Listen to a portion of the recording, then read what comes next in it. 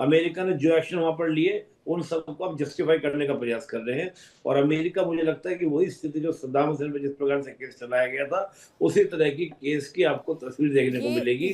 वही केस उन पर चलाया जाएगा जो मजदूर पर सद्दाम हुसैन चला था। ये लेकिन बड़ी बात है सिरोही जी, क्या लेकिन अगर इस तरह से, जैसे वही बात कह रहे हैं यहाँ पर खासतौर से निपुण आलम बहन जी की, सद्दाम हुसैन के साथ में जिस तरह से एक्शन हुआ, क्या मादरों के ऊपर भी ऐसे ही एक्शन लिया जा सकता है? क्योंकि हमने देखा है कि कई ऐसी कंट्रीज जो हैं वो लगातार कहीं ना कहीं वेनेजुएला और मादरों के साथ में स्टैंड लेते रहे हैं, और ये जो ऑपरेशन को अंजाम दिया गया, ऐसे क्या अंतर्राष्ट्रीय मंच पर भी इन्हें चुनौती दी जा सकती है अमेरिका के खिलाफ? देखिए, पहली बात तो नैना जी, हमको ये समझना होगा, जैसे ग्रुप कैप्टन साहब ने बताया था कि जो मॉनरो डॉक्ट्रिन है, अभी दिसंबर के महीने में, अभी 2025 में डोनाल्ड ट्रंप साहब ने अपनी एक जो है नेशनल जिसकी सिक्योरिटी स्ट्रेटेजी 2025 की बताई, और उसमें ये बताया कि उनका जो है फोकस इस टाइम जो है वो सदर्न अमेरिका के ऊपर, कैरिबियन के ऊपर होगा, जो वेस्टर्न हेमिस्फीयर जिसको कहते हैं उसके ऊपर होगा। और हम देख भी रहे हैं कि यूरोप में उनका इंटरेस्ट कम होता जा रहा है, उनका इंटरेस्ट ज्यादा जो है साउथ अमेरिका में बढ़ता जा रहा है। तो ये भी एक वजह थी जिसकी वजह से इनको निकोलस मादुरो को जो है उठा के दिया गया।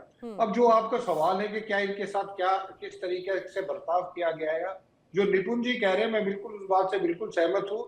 इनको एक टेररिस्ट का करार दे दिया जाएगा, और टेररिस्ट का करार देने के बाद जैसे सद्दाम हुसैन की ट्रायल चलाई थी, उसी तरीके से एक फर्जी ट्रायल चलाई जाएगी, और फर्जी ट्रायल जाके इनको भी इसी तरीके से फांसी दे दी जाएगी जो सद्दाम हुसैन को दी थी। अभी सवाल ये आता है कि अभी हम कह रहे हैं कि रशिया और चाइना का इंटरेस्ट था, लेकिन रशिया यूक्रेन में फंसा हुआ है, इसलिए रशिया उस स्थिति में नहीं है कि मिलिटरीली, सिर्फ डिप्लोमेटिकली वो अपना जो है असंतोष जाहिर कर सकता है, कंसर्न जाहिर कर सकता है, लेकिन ऑन ग्राउंड वो रशिया कुछ नहीं कर पाएगा। और जहां तक चाइना का सवाल है, चाइना ने आज तक कभी भी किसी के लिए लड़ाई नहीं लड़ी, तो चाइना भी कुछ नहीं कर पाएगा। तो मुझे लगता है कि रशिया और चाइना इसमें कुछ नहीं कर पाएंगे। और जिस हिसाब से आपने शुरू किया था कि जी तीसरे महायुद्ध की तरफ तो नहीं बढ़ रहे, अभी तक तो वैसा नहीं लगता कि तीसरे महायुद्ध की तरफ कोल्ड वॉर जैसा टेंशन बढ़ाएगा क्या? कोल्ड वॉर जैसी स्थिति लेकर आएगा? बिल्कुल, इसमें कोई दायर नहीं, क्योंकि अगर आप देखेंगे वैसे पहले यूनिपोलर था, इसके बाद रशिया के टूटने के बाद अभी यूनिपोलर तो नहीं है, बाइपोलर भी नहीं है, अब जो है ट्राइपोलर है। मतलब एक तरफ रशिया है, एक तरफ चाइना, एक तरफ जो है अमेरिका। अभी अमेरिका इतना ताकतवर है कि जैसे एक कहावत है, और वो इस केस में बिल्कुल सही बैठती, जिसकी लाठी उसी की भैंस। तो अमेरिका इतना ताकत, जहां पे चाहे वहां के लीडर को उठा लेता है। मुझे समझ में नहीं आता कि अमेरिका को ये पुलिसिंग का रोल किसने दिया है। ये रोल तो यूएन का होना चाहिए। अमेरिका एक वेनेजुएला एक इंडिपेंडेंट सॉवरेन कंट्री है, उसके आप प्रेसिडेंट को उठा रहे हो ये कह के कि वोटिंग जब इलेक्शन नहीं, लेकिन सर ये भी बात है, जब खुद डोनाल्ड ट्रंप अगर ये कहते हैं कि यूएन के आगे, यूएन के मुकाबले अब वो खुद डोनाल्ड ट्रंप या फिर अमेरिका अपने आप में इतना मजबूत है, तो क्या ऐसा नहीं लगता कि अब तो यूएन के अस्तित्व पर ही सवाल खड़े कर दिया? अब एक्शन ले या नहीं ले, अभी तो सर्वे सर्वा है यूएस। वही तो मैं बोल रहा हूँ, यूएन तो डिफंक्ट हो चुका है। यूएन ऑर्गेनाइजेशन, क्योंकि इजराइल का जब दिल करता है इजराइल कर लेता है, रशिया का दिल करता है यूक्रेन पे हमला कर देता है। तो यूएन तो सिर्फ एक वैसे ही दिखाने के लिए रह गया है। असली जो चला रहा है पूरी दुनिया को, वो डोनाल्ड ट्रंप साहब चल रहे हैं, चाहे वो ईरान में हो। जब उनका दिल करता है तो G20 बहिष्कार कर देते हैं कि वहां पे जो है क्रिश्चियंस के साथ और साउथ अफ्रीका के व्हाइट लोगों के साथ अत्याचार हो रहा है। नाइजीरिया में क्रिश्चियंस के साथ अत्याचार हो रहा है, तो नाइजीरिया में बॉम्ब कर देते हैं। सीरिया में 2 अमेरिकन सोल्जर मारे जाते हैं तो सीरिया के ऊपर बॉम्ब डाल देते हैं। तो ये तो जो है अमेरिका पूरी की पूरी दादागिरी दिखा रहा है दुनिया में। और मैं ये बता रहा हूँ आपको कि अमेरिका की इस दादागिरी को देख के मुझे लगता है कि चाइना ताइवान के ऊपर भी जल्दी से जल्दी हमला करेगा। एक्चुअली इसी बात को ही लेकर एक चिंतित हूँ, क्योंकि 2003 अगर 26 का आगाज इस रूप में हुआ, आपने यही जो बड़ी बात कही कि अब अगर अमेरिका जिस रूप में वेनेजुएला पर रातों रात अटैक कर देता है बगैर किसी के डर के, फिर तो चीन अमेरिका से दबता नहीं, यूएन का उस पर जोर चलता नहीं। और अगर यूएन जैसी पावर ही अभी ऐसा लगता है कि अगर गौण हो चुकी हैं, या फिर वो ये कहा जाए कि अभी उनमें वो पावर ही नजर नहीं आती, तो फिर वो किस तरह से आने वाले वक्त की सिचुएशन बढ़ेगी। लेकिन मुझे जल्दी से यूकी देवनाथ जी एक बात बताइए, हमने जो तस्वीरें अभी देखी हमले की, वो बड़े स्तर पर हमला था, लेकिन सिविलियन कैजुअलिटीज हुई हैं या नहीं, अभी इसके बारे में थोड़ा और इंतजार करना होगा। लेकिन क्या ये कोलैटरल डैमेज की जो परिभाषा देने की बात कही गई वो जस्टिफाइड है? क्योंकि सबसे ज्यादा नुकसान तो वेनेजुएला का हुआ है। जी हाँ, हमें जेनेवा कन्वेंशन की तरफ गुजरना पड़ेगा, जहां पर कि यह क्लियरली लिखा गया है कि किसी भी युद्ध के दौरान कन्वेंशनल वॉरफेयर में उभय पक्ष के जो कमांडर हैं पूरा ख्याल रखें कि सिविलियन हताहत ना हो। अब वेनेजुएला में जो सिविलियंस हताहत हुए हैं, वेनेजुएला की सरकार दावा कर रही है कि सिविलियन हताहत हुए हैं, लेकिन अमेरिका को ऐसे खबरों से या ऐसे इनपुट से कोई खास फर्क पड़ता नहीं है। अमेरिका देख लीजिए, अफगानिस्तान में हजारों लोग मारे गए, वियतनाम में अमेरिकन बमबारी में हजारों लोग मारे गए, अभी अमेरिका की शह पर गजा में इजराइल बॉम्बिंग कर रहा है, हजारों लोग मारे गए हैं। तो अमेरिका ऐसे छोटे छोटे सिविलियन कैजुअलिटीज की चिंता नहीं करता है। अमेरिका का स्ट्रेटेजिक ऑब्जेक्टिव हमेशा से बहुत क्लियर रहा कि रूस को कमजोर करो, चीन को बड़ा मत होने दो, और अब अमेरिका ये चाहता है कि पूरे दुनिया में सिर्फ उसी की दुंदुभी बढ़े। अब वेनेजुएला में जो आ रहा है ये समझना पड़ेगा कि इतनी अच्छी तैयारी इन्होंने की थी। अभी तक मैं सारे जितने इनपुट हैं उनको स्टडी कर रहा था, एक आश्चर्यजनक एनालिसिस ये निकल रहा है कि अभी तक कहीं से भी वेनेजुएला की जो आर्मी है, या उनके पास 1 लाख से ज्यादा की आर्मी है, या उनकी जो पैरामिलिट्री फोर्सेस है, और बढ़ाने का ऐलान किया था। जी जी हाँ, मदुरा ने तो सितंबर ऑनवर्ड अपनी मिलिशिया को भी एक्टिव कर दिया था। उनकी मिलिशिया 3 लाख स्ट्रेंथ है, सिविलियंस हैं और पॉलिटिकली इंडोक्ट्रिनेटेड है और मदुरा के सपोर्टर थे। लेकिन CIA ने कुछ ऐसा वहां पर कुछ किया पिछले 3 महीने, 2 महीने, 1 महीने में, कि ना आर्मी ना उनकी पैरामिलिट्री अब तक खुलकर अमेरिकन फोर्सेस के अगेंस्ट गई है।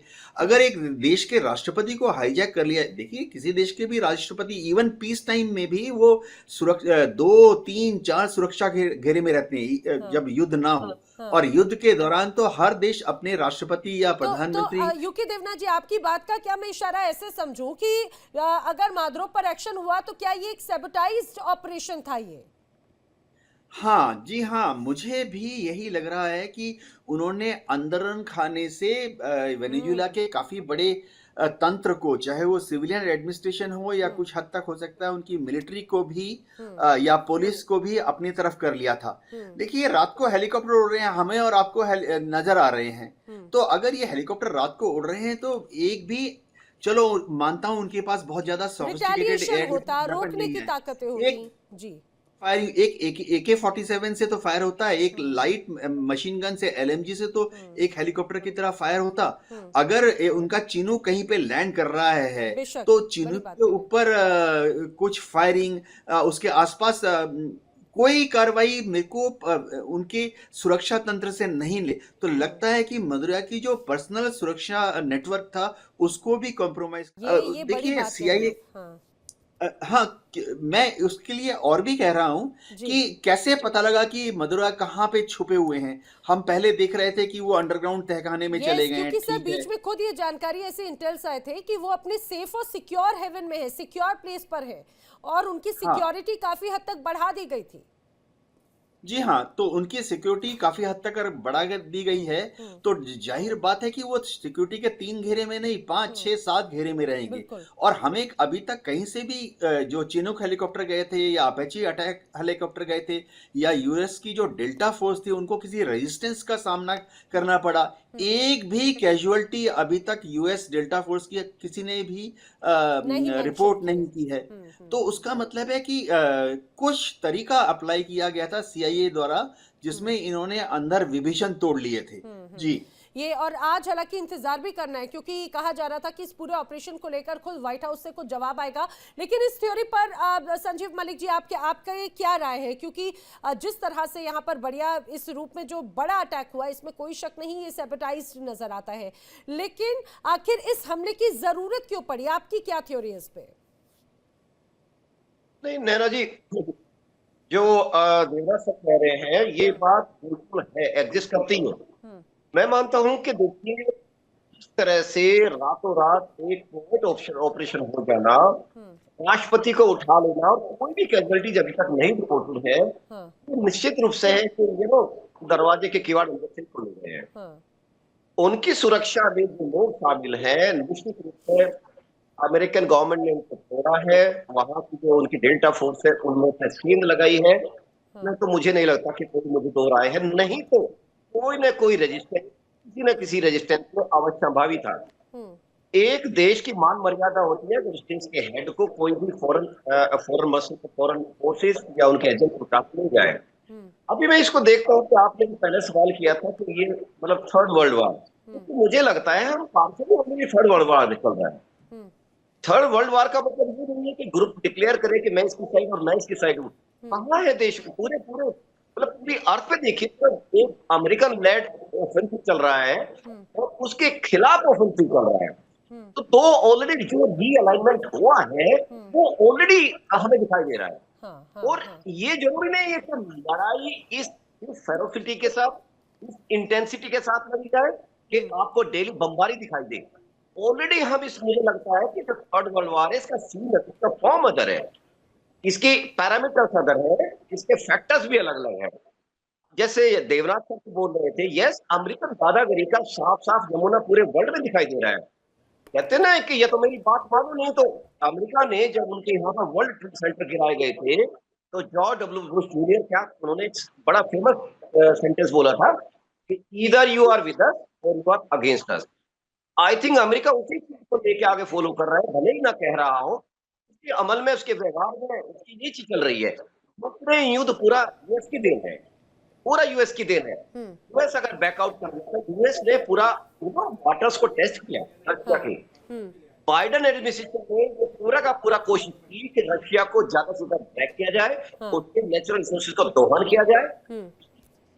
जी जी जी जी जो नेचुरल सोर्सेज के दोहन की बात है, दरअसल अब मैं इसी बात को लेकर ही आना चाह रही थी कि अब आफ्टर इफेक्ट्स किस रूप में नजर आते हैं निपुण जी, क्योंकि 1976 में तेल उद्योग का राष्ट्रीयकरण एक तरह से वेनेजुएला की तरफ से किया जाने लगा। कई ऐसी बड़ी कंपनीज जिन्हें यूएस होल्ड करती थी अब वो एक तरह से वेनेजुएला के अधीन हो गई थी, या फिर ये कहा जाए कि उनके कंट्रोल में हो गई थी।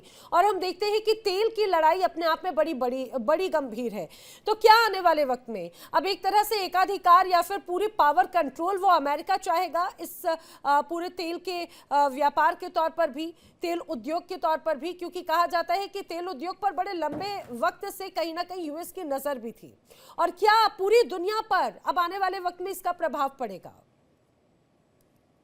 देखिए बिल्कुल सही आपने कहा कि वेनेजुएला ने जब तेल का नेशनलाइजेशन किया, राष्ट्रीयकरण किया, तो उसके बाद ये भी हुआ था कि वेनेजुएला ने काफी बड़ी मात्रा में वेनेजुएला के लोगों को सरकारी नौकरियां बांटी।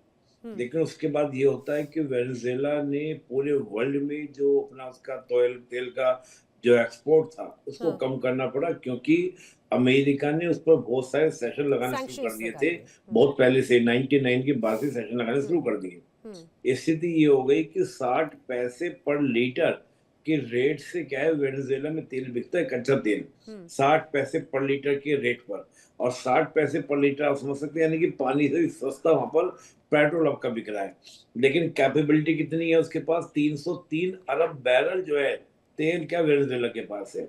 एक इंटरेस्टिंग बात मैं आपको फैक्ट देता हूँ ताकि बात क्लियर हो। वहां की विपक्षी नेता है जिनका नाम है मारिया मचाडो। मारिया मचाडो ने इस साल ही 2025 में अमेरिका को ऑफर दिया कि मैं आपको एनुअली 1.7 लाख करोड़ का आपको तेल निकाल के दे सकती हूँ अगर मैं पावर में आ जाऊं। और मारियो जो है, यानी कि मारिया मचाडो जो है, उन्होंने एक संगठन वहां पे बनाया हुआ है, सुमाते। और सुमाते संगठन को अमेरिका का संगठन नेशनल एंडोमेंट फॉर डेमोक्रेसी, उसके द्वारा फंडिंग भी की जाती थी। तो अभी जो ये बातें चल रही हैं कि पूरा का पूरा हम ये मान के चल सकते हैं कि अंदरूनी रूप से बिल्कुल साठगांठ हुई है और अंदरूनी रूप से विपक्ष को सत्ता देने की बात हुई है। और अमेरिका ने एक तीर से कई निशाने साधने का प्रयास किया है। एक तो विपक्ष के नेता ऐसी जो पावर में आ जाएगी जिससे अमेरिका वहां का ऑयल और गोल्ड के ऊपर कंट्रोल कर लेगा। सेकंड बात ये है कि रशिया बड़ी मात्रा में वेपन बेचा करता था वेनेजुएला को, उसको साइडलाइन कर देगा। चीन ने काफी ज्यादा इन्वेस्टमेंट किए थे, उनके ऊपर अमेरिका कंट्रोल हो जाएगा। और साथ ही ईरान जो है उसको नहीं, देखिए वेनेजुएला के साथ एक दिक्कत ये भी हो रही थी कि वेनेजुएला का जो क्रूड ऑयल है उसको वो एक डेवलप ऑयल कर यानी कि इसको हम लोग कहते हैं यूज करने वाला ऑयल कर उसको बेचने में दिक्कत हो रही थी वेनेजुएला को, क्योंकि वेनेजुएला की जितनी मशीनें थी वो क्या थी, पुराने सिस्टम की। तो ईरान कोशिश कर रहा था कि हम आपको नई रिफाइनरीज लगा के देंगे, वो ईरान का द्वारा चल रहा था। तो अमेरिका ने एक तीर से कई निशाने साधे और निश्चित रूप से अब एक समस्या का विषय बनता ही है कि आखिर अगर मारिया वहां पे आती हैं तो वो कैसे कंट्रोल करती है वेनेजुएला को, और आगे चीन के साथ, रशिया के साथ किस प्रकार के संबंध वेनेजुएला के होने वाले हैं। लेकिन ये बात फैक्ट है। लेकिन क्या अगर यहाँ पर अगर मारिया मचाडो यहाँ पर कमान संभालती है तो आने वाले वक्त में आपको लग रहा है कि वेनेजुएला में क्या स्टेबिलिटी रहेगी? क्योंकि एक ये कहा जाता है सैबोटाइज्ड है, कंट्रोल, ये सब कुछ पावर गेम है एक तरह से। पूरा कंट्रोल अमेरिका जो लगातार चाहता रहे वही एक तस्वीर यहाँ पर नजर आएगी, लेकिन क्या स्टेबिलिटी रहेगी? नहीं देखिए नैना जी, ये तो बहुत सिंपल सी बात है कि अमेरिका अपने कैरेबियन कंट्रीज जितने भी हैं, यानी कि साउथ अमेरिका हो, मिडिल अमेरिका हो, वहां कभी नहीं चाहता कि कोई और कंट्री, चाहे कनाडा ही क्यों ना हो, किसी भी कंट्री में कोई भी रशिया या चीन का इंटरवन हो। आप देखो क्यूबा याद करें, क्यूबा का एक क्राइसिस हमने देखा था कोल्ड वॉर के दौरान, वो भी इसी स्थिति के अंदर था कि वहां किसी भी तरह से रशिया ना पहुंच जाए। तो आज जब हमें मारियो मचाडो बनती है तो ये तो अमेरिका की पपेट गवर्नमेंट होगी। आप सोचिए कि विपक्षी नेता अमेरिका को ऑफर दे रहा है कि हम आपको एनुअली इतना तेल आपको निकाल के दे देंगे और हम अपने तेल की कैपेसिटी को बढ़ा देंगे, सब तेल आपका। तो विपक्ष का नेता का इतना ऑफर देना ये कोई हल्की बात तो है नहीं। आपके पास पावर भी नहीं है तो आप तो सीधा सीधा इनवाइट कर रहे हो अमेरिका को, आओ हमारे देश के अंदर और आपको जो करना है करो। और ये जो पूरा घटनाक्रम हुआ, जैसे हम डिबेट में चर्चा सुन भी रहे थे कि भाई किसी को पता ही नहीं चला, कोई भी किसी तरह का रिएक्शन नहीं था। तो ये सब ऐसा था कि जैसे पूरी एक पटकथा लिखी गई होगी, पूरी एक बैकग्राउंड बनाई गई होगी और अंदरूनी के बगैर तो हो ही नहीं सकता ना, पॉसिबल ही नहीं है। तो कहीं ना कहीं ये सब बातें सेट करने के बाद ही ये पिकअप किया होगा। इतना आसान नहीं होता किसी देश से। देखिए स्टेट इज स्टेट, स्टेट की एजेंसीज होती हैं, स्टेट कोई तो आपके सामने खड़ा हो। लेकिन अब तो इसमें एक बड़ी चिंता ये है मारिया मचाडो की, अगर आप बात कर रहे हैं तो यही बात में संजीत सिरोही जी, क्योंकि उन्होंने एक अनस्टेबिलिटी का जिक्र किया था। असर हमने देखा था कि इसके पहले बांग्लादेश में क्या हुआ, यहाँ पर जिस रूप में तख्ता पलट हुआ, हालांकि वहां पर एक एक्शन बहुत अलग था, वहां पर बड़े साइलेंट वे में एक अलग तरह से हमने देखा कि एक बड़ी परिस्थितियां थी। यहाँ पर राष्ट्रपति को सीधे कैप्चर किया जाता है, वहां भागने पर मजबूर कर दिया जाता है। लेकिन हमने देखा कि बांग्लादेश में भी एक तरह से डमी या कंट्रोल्ड वाया अमेरिका एक प्रेसिडेंट को वहां पर फिट करने की कोशिश की गई, लेकिन वहां पे वो तस्वीरें और भी बहुत ज्यादा विभत्स हो गई। अब मारिया मचाडो के बारे में कहा जाता है कि वो भी बड़ी तटस्थ हैं अपनी चीजों को लेकर। क्या वो डमी प्रेसिडेंट के तौर पे वर्क कर सकती हैं, या फिर आने वाले वक्त में वेनेजुएला भी बांग्लादेश का दूसरा अध्याय ना लिखते? बिल्कुल राणा जी, इसमें कोई दो राय नहीं है कि जो भी ये डीप स्टेट करती है, चाहे वो बांग्लादेश में क्या हो, चाहे वेनेजुएला में क्या हो, वो जो है डीप स्टेट की ही कार्रवाई होती है। और ये मचाडो जो है आएगी तो गारंटी नहीं है, क्योंकि ये तो पपेट है, ये डोनाल्ड ट्रंप साहब की पपेट है और जो अमेरिका चाहेगा वो वैसा ही होगा। तो उससे हो सकता है कि वहां पे जो पब्लिक हो वो उसको सपोर्ट ना करे। तो ये तो एक गृह युद्ध की तरह, जिस तरह 1.5 साल के बावजूद भी बांग्लादेश में शांति नहीं है, रोज कुछ ना कुछ प्रोटेस्ट होते रहते हैं। तो अगर आप बाहर से, जैसे अभी बता रहे थे कि पैरा ड्रॉप किया गया है उनको, तो अगर वो पैरा ड्रॉप है और उनका जो है लोकल सपोर्ट नहीं है, पब्लिक की सपोर्ट नहीं है, तो फिर तो वही हाल होगा जो मोहम्मद यूनुस साहब का हाल हुआ था। तो मुझे लगता है कि ये, और दूसरी चीज एक और हमको समझनी चाहिए, जो अभी कैप्टन साहब ने कहा था कि इतना बड़ा हो गया, वहां की फौज कुछ नहीं कर सकती। तो मुझे ये लगता है कि जैसे इनके ऊपर अगस्त के महीने में यूएस डिपार्टमेंट ने जो है $50 बिलियन का इनके ऊपर इनाम रखा था, तो उस इनाम का मुझे लगता है कि शुरू में वो इनाम रखा था, कोशिश की गई कि शायद कोई उनको पकड़ के दे दे, लेकिन जब वहां से किसी ने कोई कार्रवाई नहीं की तो ये पूरा का पूरा जो है मामला किया गया। और इसमें मुझे लगता है कि जैसे सैबोटाज किया है या $50 मिलियन का किसी को लालच दिया है उनकी इनर सिक्योरिटी को, जिसकी वजह से उस सिक्योरिटी ने खुद ही उनको हैंड ओवर कर दिया है। क्योंकि ऐसा हो नहीं सकता, चाहे कितना भी छोटे से छोटा देश हो, अगर वहां के प्रेसिडेंट को उठाया जाएगा तो कुछ सिक्योरिटी, एक गोली तो चलेगी, लेकिन वहां से तो कोई खबर नहीं आ रही कि एक गोली भी वहां से चली है। तो इसका मतलब वो है कि पूरा का पूरा जो उनका अपनी पर्सनल सिक्योरिटी जो सेटअप था, उसको पूरे के पूरी को जो है हाईजैक कर लिया गया। मतलब उसको जो है पैसे दे दिए गए और चुपके से उनको उठा ले गए। और ये जो जगह जगह पे स्ट्राइक की है, एयर स्ट्राइक हो रही है, मिसाइल स्ट्राइक हो रही है, ये सिर्फ उनका भटकाने के लिए किया गया है, डाइवर्ट करने के लिए किया है मिलिट्री फोर्सेस को। और ज्यादातर आप स्ट्राइक देखेंगे तो वो मिलिट्री इंस्टॉलेशन के ऊपर स्ट्राइक है, उनको न्यूट्रलाइज कर दिया गया है ताकि वो कोई कार्रवाई ना कर सके, है ना? न्यूट्रलाइज कर दिया गया है। लेकिन सबसे इंपॉर्टेंट बात तो यही है कि यहाँ के जो तमाम प्रतिनिधि हैं, अब वो बार बार ये कहते हैं कि भाई हम ये बता दीजिए कि मादुरो ठीक है या नहीं है। लेकिन संजीव मलिक जी, अब ये सैबोटाइज्ड ऑपरेशन तो रहा और घर के ही लोग घर के भेदी बन गए, और ये कहा जाए कि विभीषण का रोल, जैसा कि यूके देवनाथ जी ने कहा। लेकिन सबसे महत्वपूर्ण बात ये कि 2026 का आगाज अमेरिका के एक बड़े ऑपरेशन के साथ में हुआ। वो अमेरिका जो पूरी दुनिया में ये एक बड़ी तस्वीर पेश करने की कोशिश करता है कि हमने युद्ध रुकवा दिया, हमने शांति यहां पर लाकर दे दी। और लेकिन अब इस पूरे हमले के साथ में ऐसा लगता है कि कई अलग युद्ध के मोर्चे खोल दिए। दुनिया के अलग अलग देशों में बड़ा तनाव है। चाइना और ताइवान का क्या यहां पर अटैक की संभावना है? रूस यूक्रेन तो पहले ही बहुत ज्यादा यहां पर स्थिति चिंताजनक है। इजराइल हमास के बीच में, इवन में बहुत दूर ना जाकर भारत और पाकिस्तान में भी। तो ये एक तरह से बड़े हमलों को शह देने का एक एक्शन है क्या? नैना जी, बड़ा नहीं समझिए, अमेरिका का पूरी कोशिश है कि पूरा वर्ल्ड उसकी टर्म्स पे काम करे। Business, military, operations, groups. अभी कुछ महीने पहले उछाला था G2। ये नई नई चीजें आ रही है। ये अमेरिका की एक तरह से दादागिरी है। साफ साफ ये परिचायक है कि वो पूरा अपना होल्ड चाहता है। वो चाहता है कि वो खुद ही बिजनेस अपनी टर्म्स पे नहीं करे, दूसरे देश भी उसी की टर्म्स पे बिजनेस करें।